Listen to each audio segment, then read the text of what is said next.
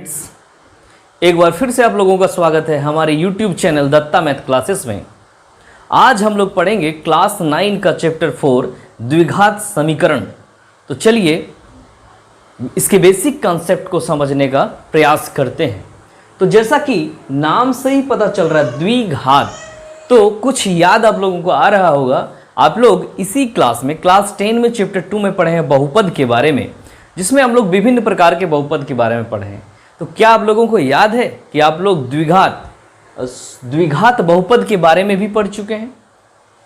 जी हाँ, ax² plus bx plus c type का जो बहुपद होता है, इस फॉर्म में जो भी बहुपद होगा वो द्विघात बहुपद कहलाता है। इसीलिए हम लोग पढ़ेंगे द्विघात समीकरण। तो द्विघात समीकरण में क्या करना है, सिर्फ इक्वल टू 0 लगा देना है। तो ये हो गया द्विघात समीकरण। द्विघात बहुपद हम लोगों ने चैप्टर 2 में ही पढ़ा था, अब इक्वल टू 0 कर दिए तो ये हो गया द्विघात बहुपद। तो चलिए इसको समझते बढ़िया से। ये ax² plus bx plus c equal to 0 ये है क्या? तो यहाँ पे a, b और c, a, b, c जो है ये कांस्टेंट है, कोई भी वास्तविक संख्या है, वास्तविक संख्या। और x वेरिएबल है, चर है, x चर है, a b c जो है वास्तविक संख्या है। और यहाँ पे एक चीज ध्यान देने वाली बात है कि a का वैल्यू 0 नहीं हो सकता है, इज नॉट इक्वल टू 0।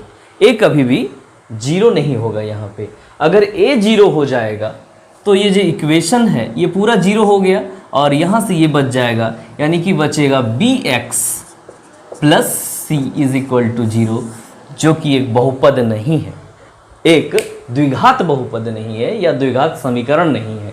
क्यों नहीं है? क्योंकि इसका जो घात है वो 1 हो जा रहा है, और जब घात 1 होता है समीकरण का तो उसको हम लोग बोलते हैं लीनियर इक्वेशन, रेखिक समीकरण। जिस प्रकार आप लोग बहुपद में पढ़े थे रेखिक बहुपद, उसी तरह से इसमें इक्वल टू 0 लगा हुआ है, तो ये हो गया रेखिक समीकरण। तो जिसमें x² है जिस टर्म में, उसमें a का वैल्यू कुछ होना चाहिए 0 को छोड़ के, तभी जाके ये द्विघात समीकरण कहलाएगा।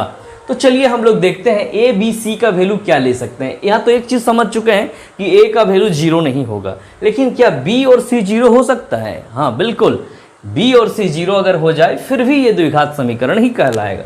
तो चलिए जब b और c दोनों को 0 ले लेते हैं तो ये जो है ax² बराबर 0 हो जाएगा। तो ये जो है ये भी हम लोग द्विघात समीकरण इसको भी कह सकते हैं, क्योंकि ये भी इस फॉर्म में लिखा जाएगा, यानी कि हम लोग ax² प्लस b के बदले 0 इंटू x प्लस c को 0 बराबर 0 ऐसे लिख सकते हैं।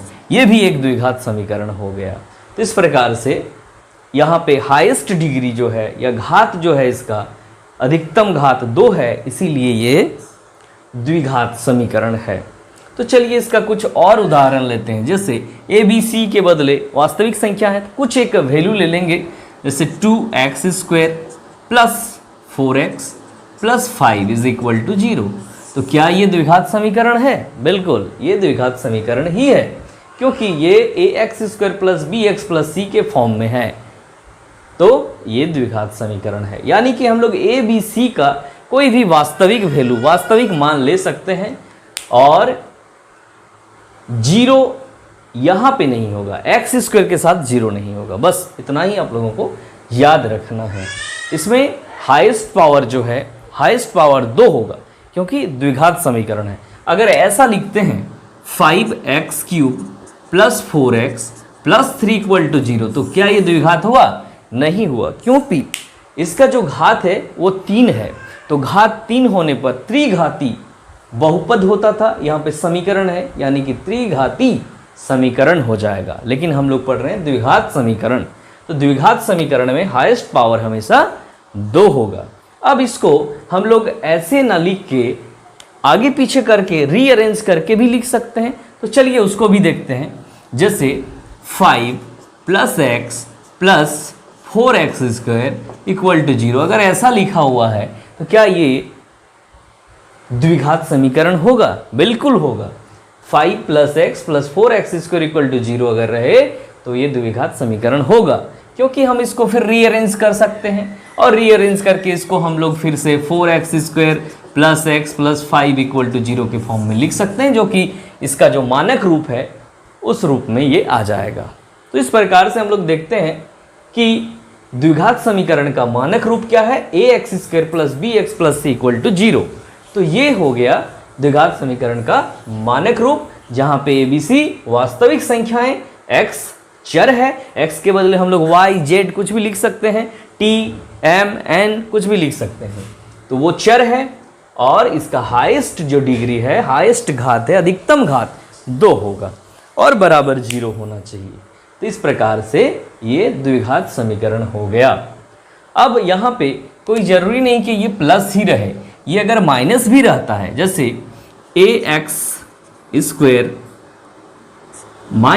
bx - c = 0 रहे, फिर भी ये द्विघात समीकरण होगा। कैसे होगा? तो ये माइनस जो इसको हम प्लस कर देंगे और b के साथ अगर माइनस लगा देते हैं तो उस फॉर्म में आ गया ना, इसको प्लस कर दिए, c के साथ माइनस लगा दिए, फिर भी ये जो है इसके वास्तविक, इसके जो मानक रूप है उस रूप में आ गया, इसीलिए ये द्विघात समीकरण है। तो हमें जहां तक लग रहा है कि आप लोगों को द्विघात समीकरण का बेसिक कॉन्सेप्ट समझ में आ गया होगा। अब हम लोग इससे संबंधित जो प्रश्न है उसको सॉल्व करने का प्रयास करेंगे।